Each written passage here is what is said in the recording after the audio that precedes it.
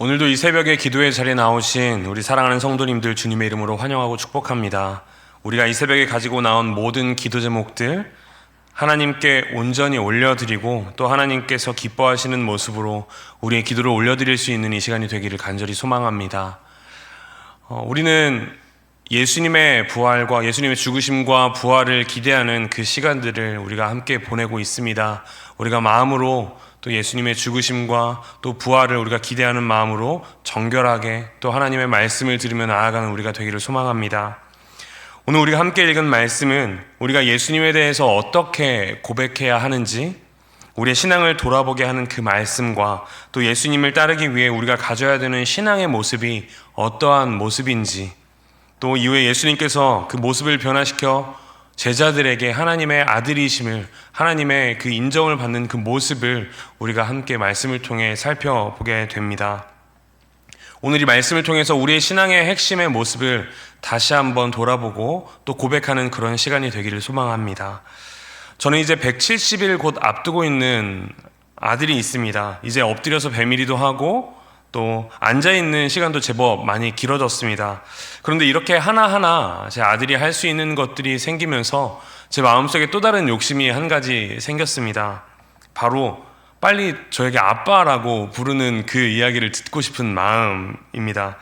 지금도 이제 아들을 보면 너무 기쁘고 행복한데, 아빠라고 저를 처음 불러줬을 때 또 이후 아빠라고 부르는 그 모습들이 얼마나 기쁘고 또 행복할지 상상을 해 보았습니다.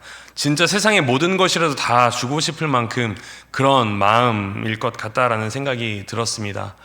아들이 아직 저에게 아빠라고 부르지 못해도 제가 아빠라는 사실은 확실하지만, 그럼에도 아들의 입으로 직접 아빠라고 고백할 때 그것이 주는 기쁨이 있을 것 같습니다.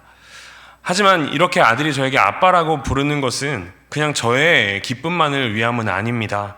이 아빠라는 고백은 아들에게 제가 누구인지 이제 온전히 인식하게 되고 난 이후에, 온전히까지는 아니지만 저를 아빠라고 인식하고 난 후에 나오는 이야기이기 때문입니다.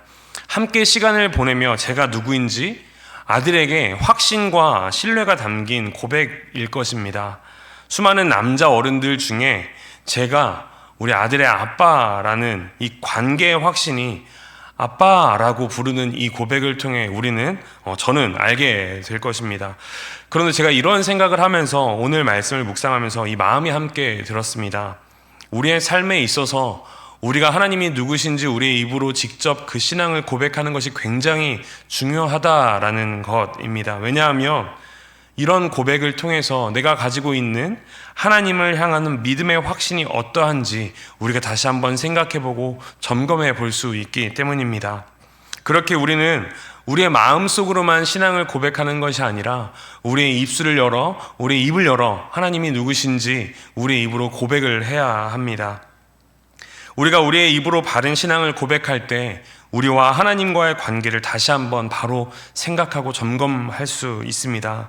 사랑하는 성도 여러분, 과연 우리는 하나님을 누구라 고백하고 있습니까? 오늘 본문에서 베드로는 예수님에 대해서 분명히 이렇게 고백합니다. 하나님의 그리스도시니이다.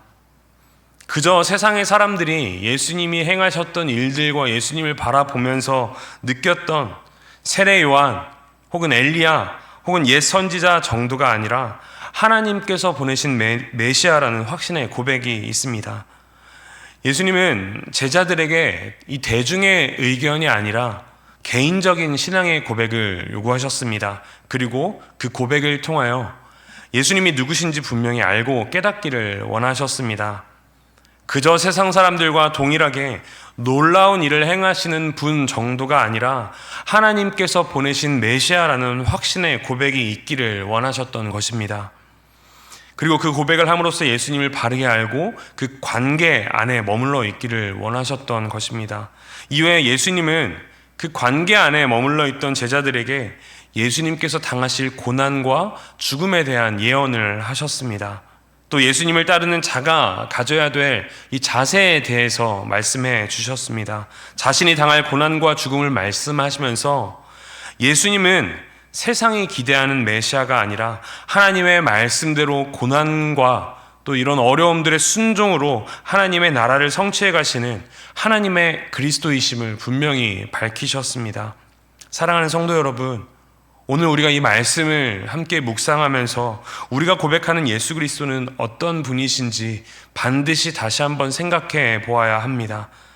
예수님께서 행하셨던 이적들만 바라보면서, 성경에 나오는 그러한 기적들만 바라보면서 내 삶 가운데에도 동일한 기적이 일어나기만을 바라는 세상에 모세, 엘리야, 옛 선지자와 같은 동일한 고백이 아니라 진짜로 예수님께서 나를 위해 어떠한 모습으로 오셨는지 하나님의 그리스도시라는 우리의 개인적인 이 간절한 신앙의 고백이 오늘 우리의 삶에 반드시 있어야 할 것입니다. 간절히 바라는 것은 우리에게 예수 그리스도를 향한, 하나님의 아들이신 예수 그리스도를 향한 온전한 그 믿음의 고백이 있기를 소망합니다. 그리고 오늘 말씀을 통해 예수님께서 알려주신 그 길을, 예수 그리스도의 길을 온전히 따라가는 우리가 되기를 간절히 소망합니다. 이후 예수님께서는 23절 말씀을 통해서 예수님을 바르게 고백하는 자, 즉 제자가 가야 할 그 길에 대해서 이렇게 말씀하십니다. 또 우리에게 이르시되 아무든지 나를 따라오려거든 자기를 부인하고 날마다 제 십자가를 지고 나를 따를 것이니라. 예수님께서는 자기를 부인하며 자신이 주인 된 삶이 아니라 하나님이 주인 되신 삶을 살아야 한다고 오늘 말씀을 통해 이야기하십니다. 예수님의 제자가 가야 할 그 길에 대해서 이렇게 설명하셨던 것입니다. 왜냐하면 예수님께서 그 길을 가셨기 때문입니다. 예수님께서 가신 그 길을 예수님을 주로 고백하는 자들이 따라가야 한다고 말씀하시는 것입니다. 사랑하는 성도 여러분, 이것이 우리가 가야 할 신앙의 길입니다.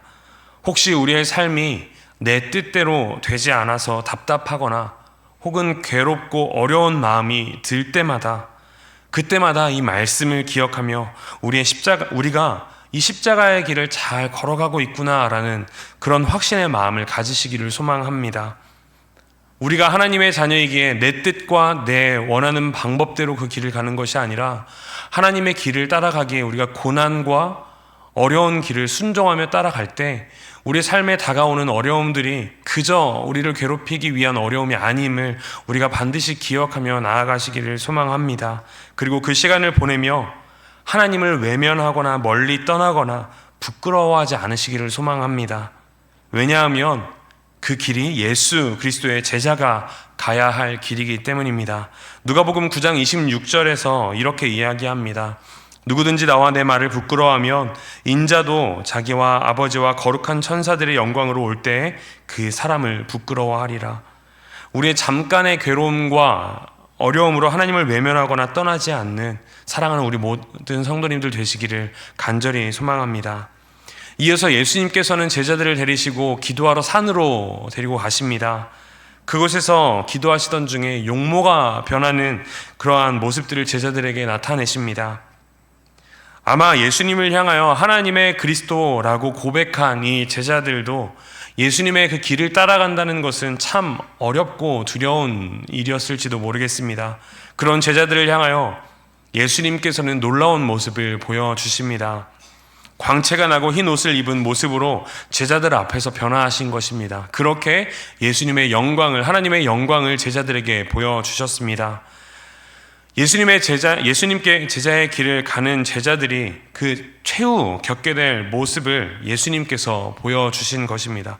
비록 그 길이 십자가의 길, 고난의 길이지만 그 길이 그저 무참하게 끝나버리는 죽음의 길이 아니라 놀라운 하나님의 영광을 드러내는 길임을 제자들에게 확신시켜 주신 것입니다. 그리고 그 길 가운데 예수님께서 함께 하신다는 그 사실을 분명히 말씀해 주신 것입니다. 내 계획이 아니라 하나님의 뜻대로 살아가는 것을 주저하지 않기를 소망합니다. 그 길을 걷는 우리에게 흰옷과 광채로 옷 입은 예수님을 보여주시며 그 길을 인도하실 것입니다. 마지막으로 오늘 말씀에서 제자들이 보인 반응을 살펴보며 우리의 삶에 도전하며 기도의 자리로 나아가기를 소망합니다. 이렇게 예수님의 모습이 변화한 것을 제자들이 지켜보면서 베드로가 이렇게 이야기합니다. 33절 말씀입니다. 두 사람이 떠날 때 베드로가 예수께 여짜오되 주여 우리가 여기 있는 것이 좋사오니 우리가 초막셋을 짓되 하나는 주를 위하여 하나는 모세를 위하여 하나는 엘리야를 위하여 하사이다 하되 자기가 하는 말을 자기도 알지 못하더라. 예수님께서 보여주신 이 영광을 경험한 베드로는 여기가 좋사오니 라고 말하며 머물러 있기를 원합니다. 왜냐하면 그 영광이 가득한 곳에 머물러 있기를 원했기 때문입니다. 그리고 그곳에 머물면서 다가올 고난을 피하고 싶었기 때문일지도 모르겠습니다. 하지만 이후에 하늘에서 들리는 음성을 통하여 어떤 삶을 살아야 하는지 분명히 깨닫게 됩니다. 바로 그의 말을 들으라 라는 하나님의 음성이었습니다. 바로 예수님께서 이미 제자들에게 말씀하신 십자가의 길, 그 고난의 길을 가라라고 하늘의 음성을 통해 하나님께서 말씀하신 것입니다. 예수님께서 제자들에게 명령하신 그 사명의 길을 가는 것이 이후에 제자들이 살아가야 할 모습인 것입니다. 사랑하는 성도 여러분, 우리가 매 주일 또 모든 예배에 함께하며 은혜를 누리는 이유는 무엇입니까? 그저 하나님께서 우리에게 주시는 은혜와 그 영광만을 누리기 원함 때문입니까? 혹시 그냥 은혜의 자리에만 머물러 있기를 원하시는 모습이 우리에게 있지는 않는지 한번 돌아보시기를 소망합니다. 오늘 이 말씀 속에 우리를 향한 하나님의 말씀을 듣고 순종하기를 도전합니다. 편안하고 영광스럽고 은혜가 가득한 이곳에만 그냥 머물러 있는 것이 아니라 예수님의 가르침대로 우리의 삶이 비록 십자가의 길, 고난의 길 같이 보일지라도 그 길을 걸어가시기를 도전합니다. 그 길을 걸으며 우리와 함께 하시는 예수님의 손 붙잡고 나아가시기를 소망합니다. 왜냐하면 이것이 하나님께서 우리를 향해 원하시고 명령하시는 모습이기 때문입니다. 물론 모든 은혜의 자리에 나오시기를 소망합니다. 그리고 그 가운데 하나님께서 예비하시고 하나님께서 준비하신 모든 은혜들을 풍족히 누리시기를 소망합니다. 그리고 그 가운데 하나님께서 함께 하신다는 확신을 반드시 누리시기를 소망합니다. 하지만 거기에만 머물러 있는 것이 아니라 세상 속으로 나아가기를 소망합니다. 예수님께서 주신 그 사명을 기쁨으로 담당하며 살아가기를 원합니다. 비록 고난과 역경과 어려움이 있을지라도 그 시간을 통해 나는 죽고 하나님만 드러나는 그런 삶을 살아내시기를 소망합니다. 간절히 바라기는 오늘 이 아침 우리의 뜻대로 살아가는 것을 넘어서 우리의 삶을 통하여 일하실 하나님을 바라보는 그 시간이 되기를 소망합니다. 그리고 하나님이 우리와 함께 하신다는 그 소망의 확신을 가지고 우리의 삶의 길이 어렵고 또 힘들지라도 그 십자가의 길, 고난의 길, 하나님께서 명령하고 함께 가시는 그 길을 걸어가시는 오늘 하루 되시기를 주님의 이름으로 간절히 소망합니다. 함께 기도하시겠습니다.